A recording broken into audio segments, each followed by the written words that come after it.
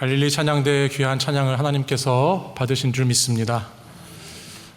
저는 얼마 전에 잠시 검사를 받을 것이 있어서 병원에 다녀올 일이 있었습니다. 검사를 받으러 병원 3층에 올라가서 진료를 받는 곳을 찾아가는데 엘리베이터 옆 입구에서 한 60대 정도 되어 보이는 부부가 손을 부여잡고 간절하게 기도하고 있는 모습을 봤습니다.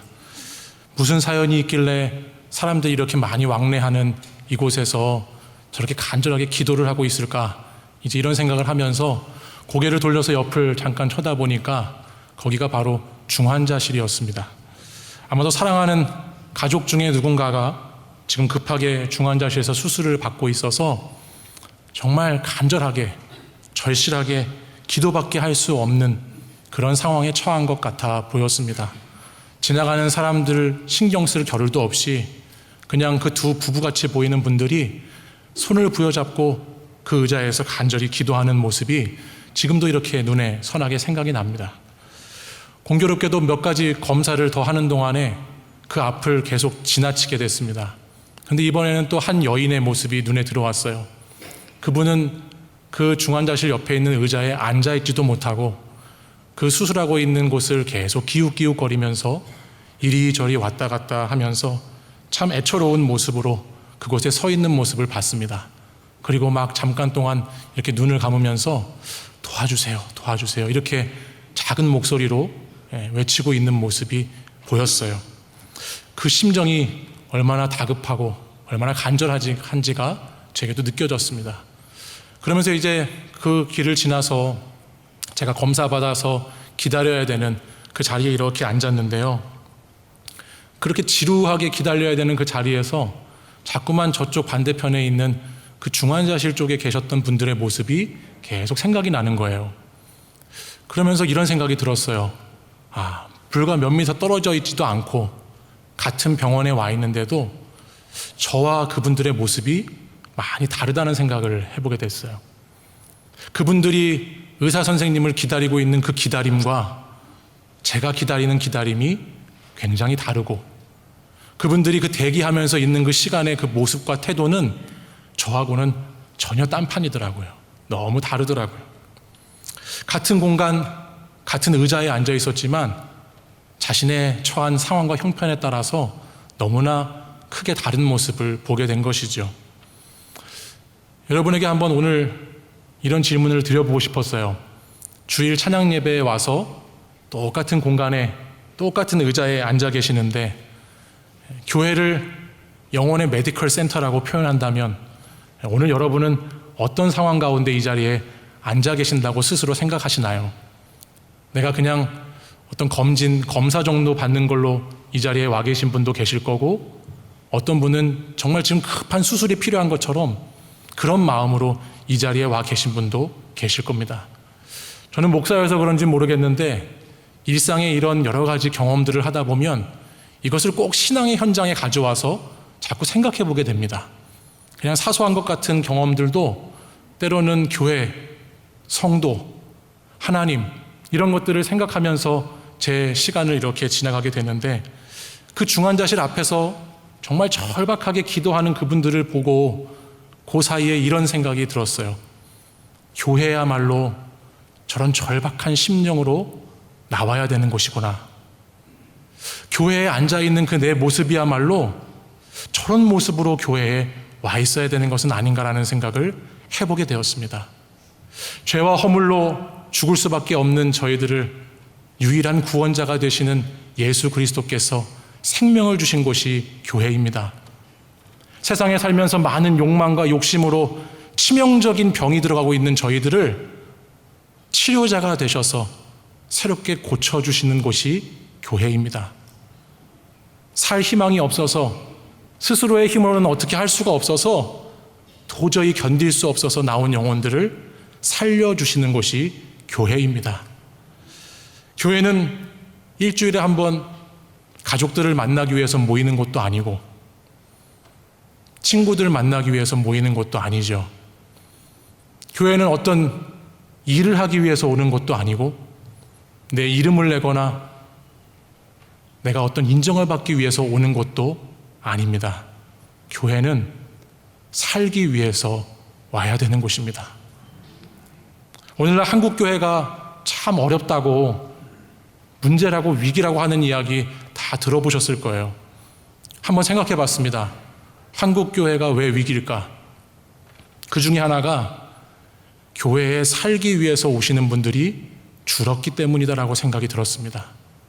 저희 신앙의 선배들은 교회에 나와서 내 영혼이 살고 다른 영혼이 사는 것을 최우선으로 삼아 살았는데, 오늘의 성도들은 그것에 그렇게 크게 관심이 있는 것 같지가 않았습니다. 제가 어릴 적 보았던 장로님, 권사님, 안수 집사님, 집사님들은 살려고 교회에 오셨습니다. 지금보다 더 고단하고 그들의 삶의 자리가 더 힘들고 가난하고 궁핍했다 할지라도, 집사님, 어떻게 집사님 새벽 예배에 이렇게 오셨어요? 권사님, 어떻게 그 멀리서 이렇게 금요철야에 오셨어요? 라고 물으면 저희 아버지 목사님께 그분들이 이렇게 이야기했어요. 목사님, 살려고 나왔죠.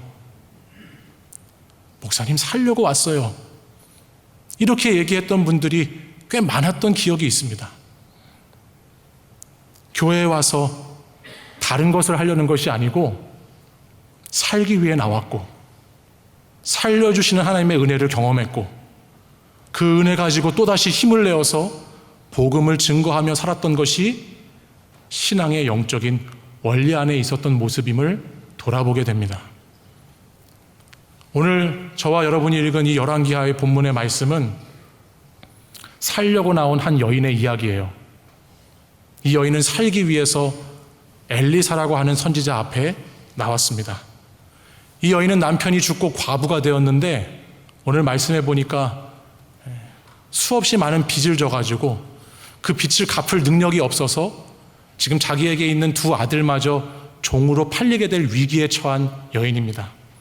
이 여인의 상황이 더 고통스러울 수밖에 없는 것은 오늘 본문 1절을 보면 그의 남편이 세상에서 허랑방탕하게 살다가 죽은 것이 아니라 그 남편이 선지자의 제자였습니다.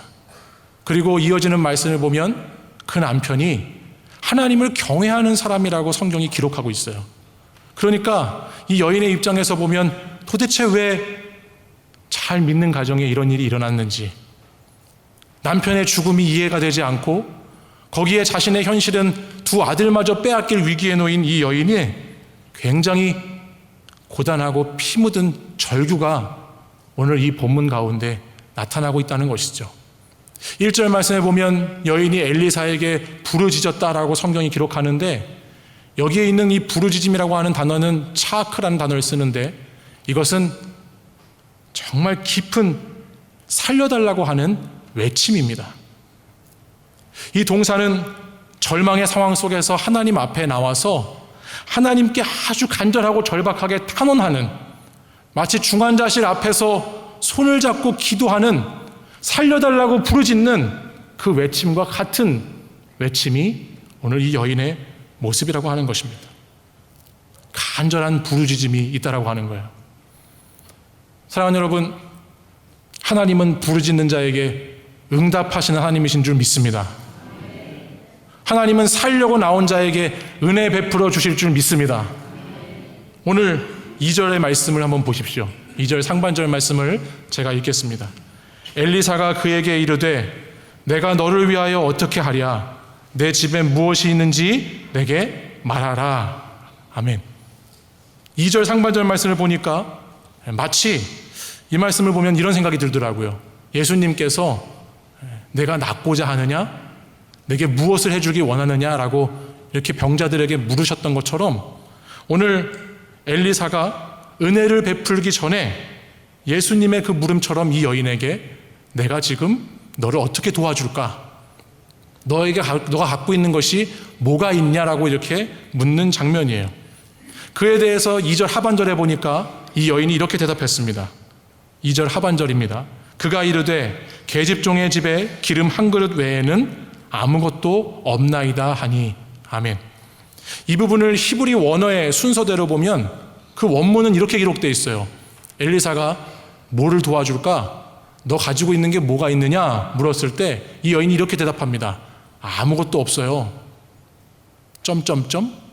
기름 한 병 외에는. 이게 히브리 원문의 이렇게 순서예요. 무엇이 있냐는 선지자의 말에 여인은 아무것도 없습니다라고 대답합니다. 맞습니다. 이 여인에게는 남편도 없고 가진 것도 없고 지금 두 아들마저 빚을 져서 빼앗기게 생긴 정말 아무것도 없는 것과 같은 여인입니다. 남은 것이라고는 깊은 절망, 깊은 슬픔, 어쩌면 죽음밖에 이 여인 앞에 놓인 것이 없는 그런 여인입니다. 그런데 이 여인이 자신에게 있는 것 하나를 찾아내죠. 아무것도 없다라고 생각하던 중에 선지자와의 말씀을 통해서 이 여인은 나의 삶의 자리를 다른 시각으로 볼 수 있는 하나님의 은혜의 역사를 경험하는 거예요. 처음에는 아무것도 없는 것에서부터 시작했지만, 아무것도 없는 것처럼 보였지만 말씀이 그녀에게 임하자 그 말씀 가운데 자신에게 있는 기름 한 병을 발견하게 된 것이죠. 여러분, 이것이 우리에게도 참 중요한데요. 없는 것을 보기 시작하면 한도 끝도 없어요. 만약에 엘리사 선지자가 이 여인에게 내게 없는 것이 뭐냐라고 물었다면, 내게 있는 게 아니고 여인에게 부족한 것이 뭔지 물었다면 아마 이 여인은 엘리사 선지자 앞에서 밤이 새도록 없는 것을 얘기해도 시간이 모자랐을 거예요. 이것도 없고 이것도 부족하고 없는 것을 보면 있는 것은 하나도 안 보이게 되는 거예요. 그러나 엘리사의 음성을 듣고 그녀는 자신에게 있는 것을 새롭게 발견했죠. 마지막 남은 기름 한 병이 보인 거예요. 여러분, 성경에서 기름이라고 하는 것은 대부분 많은 경우에 성령과 같이 쓰여요. 기름은 성령의 임재와 성령의 충만을 나타낼 때 쓰이는 유일한 또 중요한 도구입니다. 그러므로 우리에게 아무것이 없다고 여겨질 때도, 아무도 없다고 여겨질 때에도 저희들이 잊지 말고 기억해야 되는 것이 있어요. 그게 뭐냐면 오늘 저와 여러분에게는 기름 한 병이 있다라고 하는 것. 아무것도 없는 것 같이 어려운 상황 가운데에도, 그 고난 가운데에도 저와 여러분에게 기름 한 병이 반드시 남아있다라고 하는 것, 여전히 내 안에 성령님이 계시고 나와 함께하는 주님이 계시고 내게 기름이 있다고 하는 사실을 저희들은 잊어서는 안 될 것입니다. 여러분에게 건강이 없으실 수도 있죠. 번듯한 직장이 없으실 수도 있어요. 평안한 가정이 없을 수도 있고, 또 여러분이 살아가면서 사랑받고 사랑해야 될 사람들이 없을 수도 있고, 어떤 분들은 자신감이 없을 수도 있고, 미래에 대한 어떤 꿈이나 소망이 없을 수도 있고, 또 때로는 정말 내가 믿음이 있는 사람이 맞는가라고 할 정도로 믿음도 없다고 여겨질 때도 있으실 거예요. 근데 그렇다 할지라도, 그럴 때라도 여러분 꼭 잊지 말고 기억하셔야 되는 게 있어요. 여러분에게 성령 하나님이 함께 하신다는 믿음입니다. 성령 하나님께서 우리와 함께 하신다는 것, 기름 한 병이 내게 남아있다라고 하는 것, 그것을 여러분 꼭 기억하십시오. 우리를 어떠한 상황에도 절대로 떠나지 않으시고, 어떠한 어려움에도 절대 포기하지 않으시고, 어떤 상황 가운데에서도 우리를 품으시고 우리를 인도하시고 우리를 끝까지 사랑으로 책임지실 그 사랑의 성령님이 저와 여러분 안에 계시다는 것, 이것을 분명히 믿고 깨달으실 수 있기를 바랍니다. 바로 이것이 살려고 나온 자에게, 살기 위해서 나온 자에게 베푸시는, 가장 먼저 주시는 깨달음이고 은혜입니다. 아무것도 없는 것 같지만 성령님이 나와 함께 계시다. 성령이 여러분과 함께 계시다. 저는 여러분들이 교회에 오실 때마다 이 성령님을 강력하게 느끼시기를 축원합니다. 이 성령님을 깊이 만나시기를 원합니다. 이것이 우리에게 주신 은혜예요. 엘리사는 말씀으로 이 여인에게 기름 한 병이 있다는 것을 깨닫게 한 후에 이제 더 깊은 은혜의 자리로 이 여인에게 믿음을 준비시킵니다.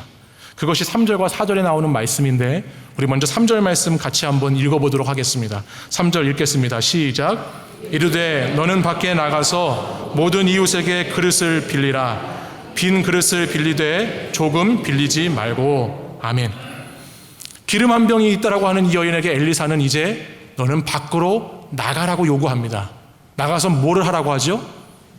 빈 그릇을 빌리라고 그래요. 앞에서 말씀드렸지만 이 여인이 빚쟁이 여자입니다. 빚쟁이 여자예요. 도저히 빚을 갚지 못해서 아들을 노예로 팔게끔 그런 상태까지 간 여인이에요. 아마 모르긴 몰라도 이 여인이 그동안에 먹고 살기 위해서 주변에 있는 이웃들을 찾아가지 않았을까요? 아마 자기 생계를 그나마 유지하기 위해서 이 여인은 수도 없이 이곳저곳 다니면서 자기 주변에 많은 사람들에게 뭔가를 빌렸을 겁니다. 그리고 그렇게 빌리다가 그것도 다 떨어져서 그래서 지금 이 위기에 처한 것 아니겠습니까? 근데 오늘 선지자가 말씀하는 거예요. 어떤 특정한 사람에게 가서 빌리라고 말하는 것도 아니고 주변 모든 이웃에게 가서 그릇을 빌리라고 말씀합니다. 이것은 이 여인에게 매우 난감한 일입니다. 아니요, 이 여인에게 매우 두려운 일이죠. 여러분, 빚 독촉을 받아보신 분이 계신지 모르겠지만 집안에 막 딱지가 붙어 보신 분 계신지 모르겠는데 이런 분들은 밖에 나가는 것이 굉장히 두렵습니다. 문을 걸어 잠그고 바깥 세상과 단절한 채로 그렇게 숨어 있고 싶은 것이 이 여인의 모습이었을 겁니다. 그렇게 고립되어 살아가는 여인에게 오늘 엘리사 선지자는 두 가지의 명령을 내려요. 그 명령이 뭐냐? 나가라는 거예요. 나가라, 빌려라. 이 명령의 말씀을 여인에게 주고 있다라고 하는 겁니다. 이 여인은 많이 두려웠습니다. 무서웠습니다. 어찌해야 될지 많이 떨렸을 거예요. 근데 그럼에도 불구하고 이 여인이 엘리사 선지자를 통해서 주신 말씀을 붙잡고 문을 열었습니다. 바깥으로 나갔습니다. 집집마다 찾아다니면서 빌릴 수 있는 그릇을 빌리기 시작합니다. 근데 여러분, 여기서 저희는 알 수 있죠. 하나님의 놀라운 기적의 역사는 바로 이 여인이 그 문을 열고 나간 그 순간부터 시작되었다라고 하는 것입니다. 믿음으로 용기를 내서 문을 열고 나간 그 순간부터 하나님의 예비된 놀라운 기적이 이 여인에게 펼쳐질 준비를 하고 있다라고 하는 사실이에요. 사랑하는 여러분, 믿음은 이렇게 바깥으로 나갈 때 내 자리에 그냥 머물러 있는 것이 아니라 내 자리를 뚫고 저 바깥이 두렵고 여러 가지 혹독한 시련이 있고 무서운 현실이라 할지라도 바깥으로 나가서 부딪힐 때 믿음이 생긴다는 것을 기억해야 합니다. 저와 여러분이 알고 있듯이 이 여인이 밖에 나가서 빌렸던 그 그릇이 무엇이 되었습니까? 오늘 본문 5절, 6절 이하를 보면 그 여인이 빌렸던 그 그릇이 믿음의 분량이 되었어요. 믿음의 분량. 그 여인이 나가서 문을 두드리고 두렵고 떨립지만 용기를 내서 빌려온 그 그릇만큼 믿음의 분량이 준비됐다는 거예요. 그래서 그 그릇에 기름이 다 채워졌을 때, 그 그릇이 끝났을 때 기름 부음이 끝났죠. 그릇에 준비된 만큼 기적이 일어났다라고 하는 사실입니다. 사랑하는 여러분, 저희들도 나가야 돼요. 믿음을 멈추지 않고 나가야 할 줄 믿습니다. 벌써 9월 달이 끝나가요. 여러분, 24년 올해 우리 영락교회 표어가 뭔지 기억나세요? 영락이여 올라가라. 영락이여 올라가라예요. 근데 벌써 9월이 다 지나가고 있어요. 여러분, 한번 스스로 생각해 보셨으면 좋겠어요. 여러분의 신앙은, 여러분의 믿음은, 여러분이 간절히 하나님을 사모하는 그 마음은, 여러분에게 있는 천국에 대한 소망은 지금 올라가고 계신가요? 아니면 내려가고 계신가요? 여러분의 믿음은 지금 정체되어 있습니까? 아니면 믿음을 향해, 믿음의 산을 향해 올라가고 계십니까? 우리는 우리의 삶의 자리에서 올라가는 신앙생활을 해야 할 줄 믿습니다. 믿음의 그릇을 준비하기 위해서 오늘도 열심히 올라가서 두렵지만 문을 열고 나가서 믿음의 그릇을 잘 준비하는 것이 저와 여러분에게 필요한 것입니다. 기적은 가만히 주저앉아 있는 자리에서 일어나는 것이 아니라 말씀을 따라 문을 열고 나아간 자리에서 기적이 시작되는 줄 믿습니다.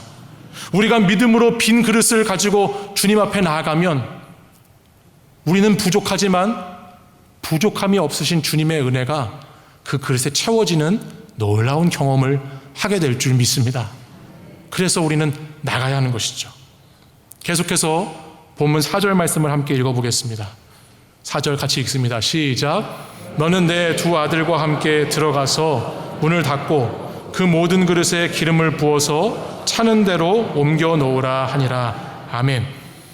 문을 열고 밖으로 나가서 빈 그릇을, 믿음의 그릇을 많이 준비하라고 했던 엘리사 선지자가 이제 그 빌려온 그릇을 가지고 어떻게 이야기합니까?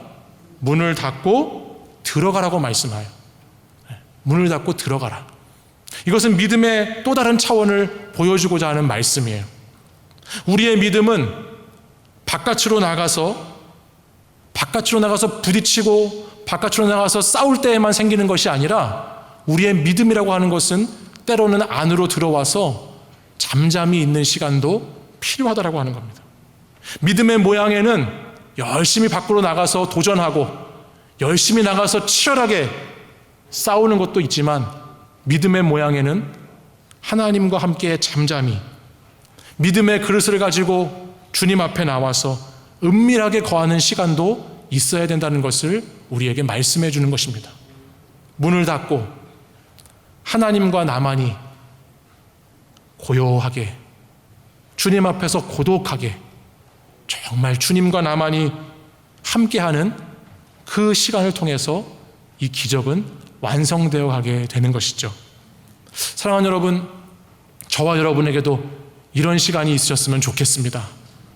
성령의 기름병을 들고 정말 성령님 한 분만을 의지해서 다른 것들을 다 내려놓고 세상으로부터 사람들로부터 떨어져서 문을 닫고 주님만 은밀하게 교제하는 그런 시간이 있기를 원합니다.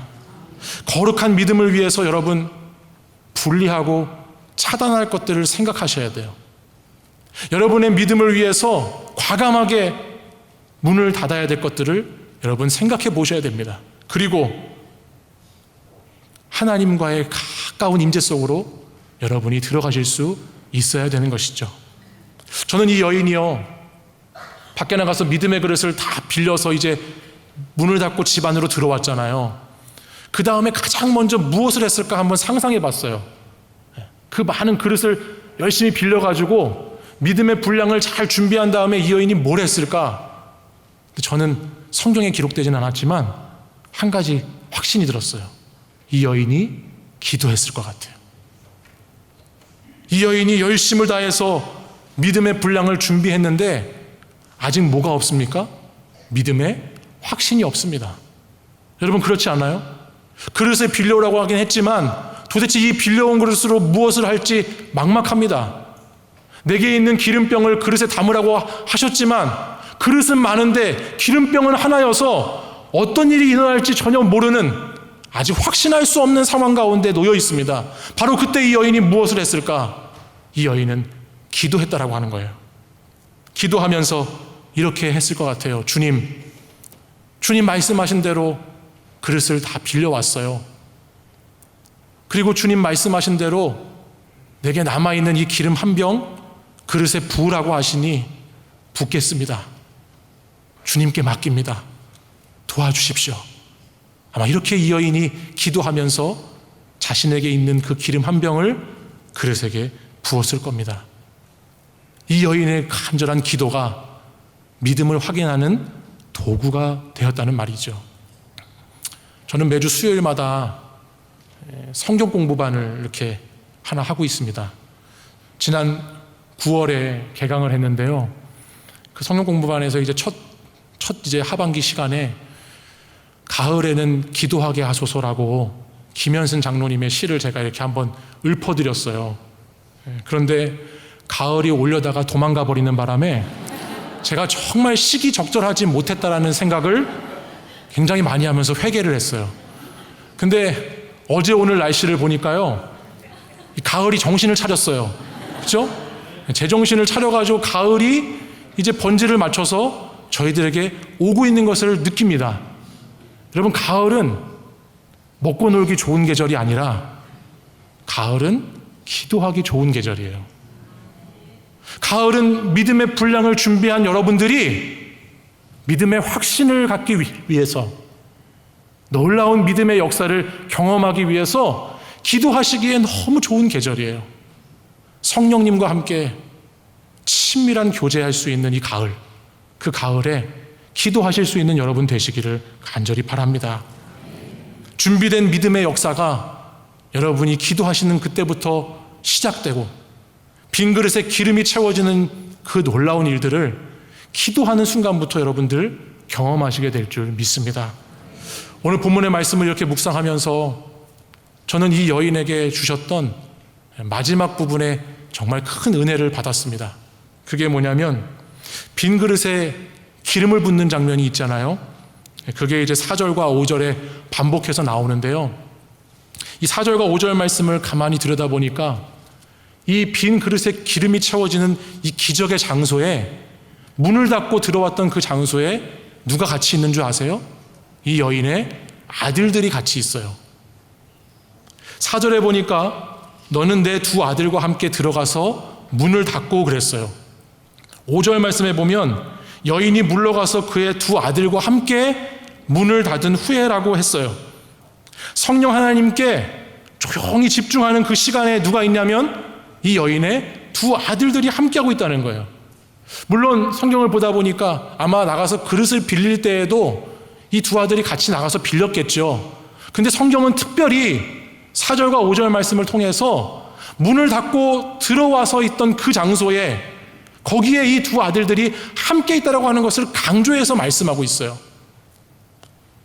특별히 이 아들이 바로 이 여인이 기도하는 그 현장에, 기적을 경험하는 현장에 함께 있는 모습을 보면서 저는 참 개인적으로 큰 은혜를 받았습니다. 왜냐하면 여러분 처음에 말씀을 나눴듯이 이 여인 아무것도 없는 여인 아니었습니까?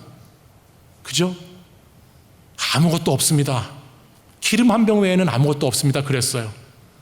이 여인 두 아들이 종으로 팔려나갈까 봐 어쩔 수 없어서 지금 선지자를 찾아온 그런 여인이었어요. 근데 오늘 이 이야기의 마지막 결말 부분에 가서 보니까 이 여인과 이 여인의 아들 가정이 어떻게 변했습니까?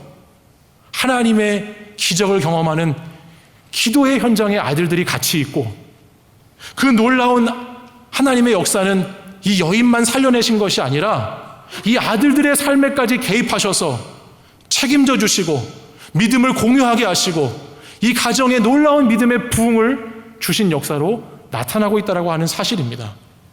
훗날 어머니가 떠나고 아마 이 아들들에게 또 언제 그랬냐는 것처럼 그릇이 떨어질지 모르고 기름이 떨어질지도 모릅니다.